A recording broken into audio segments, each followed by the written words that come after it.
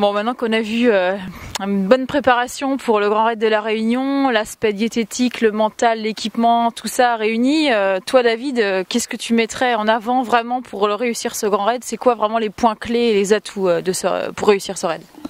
Alors déjà, avoir confiance en soi, je pense que c'est vraiment une des clés importantes. Se donner les moyens aussi. Ne pas aller, ne pas se dire oui je vais faire le grand raid, c'est une motivation, j'ai envie de le faire, j'ai vu des gens qui l'ont fait, j'ai vu des images, c'est vrai que c'est beau, on voit des belles images à la télé, mais il faut se donner les moyens. Donc les moyens, c'est un gros entraînement. Moi je le fais sur 8 semaines, mais je pense que y a beaucoup de gens qui le font, je le fais sur 8 semaines, je m'entraîne toute l'année, donc après je me fais vraiment une grosse prépa comme je l'ai dit tout à l'heure sur 8 semaines, mais quelqu'un qui n'a pas l'habitude justement de faire ce genre d'épreuve, je pense qu'il faut une bonne année. Il faut une bonne année pour le préparer, voire 2 ans. J'ai des collègues qui l'ont vraiment prévu sur 2 ans.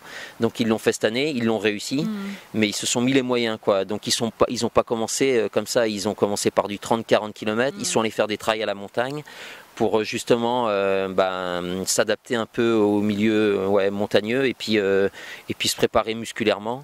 Donc ils ont commencé, certains ça fait 2 ans, il y en a d'autres c'est 1 an. Bon, moi je dis 8 semaines pour moi parce que je cours déjà depuis 10 ans et puis j'ai une certaine expérience. Donc voilà, après mentalement s'il faut se préparer, moi je sais que je vais voir quelqu'un depuis 2 ans, un magnétiseur en fait, je vais le voir avant chaque grosse épreuve depuis 2 ans, et ça fait 2 ans où en fait avant j'avais un manque de confiance en moi, et depuis que je travaille avec lui, ça se passe super bien. Donc moi j'y crois à ce genre de choses. Comme de la sophrologie. Voilà, c'est exactement ça. Il y en a qui font du yoga, et donc vous voyez comment il s'appelle, Dawa Sherpa, qui fait du yoga parce qu'il en a fait depuis tout petit. Bon, mais il y a beaucoup de trailers justement qui font ce genre de choses. Donc voilà, se préparer mentalement, se donner les moyens physiquement, et puis se dire qu'on est capable, quoi.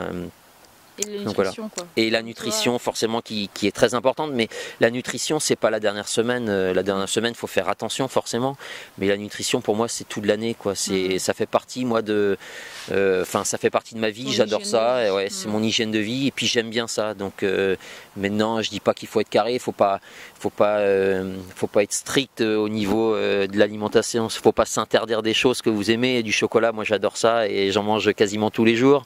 J'aime bien boire un bon verre de vin aussi, donc voilà quoi.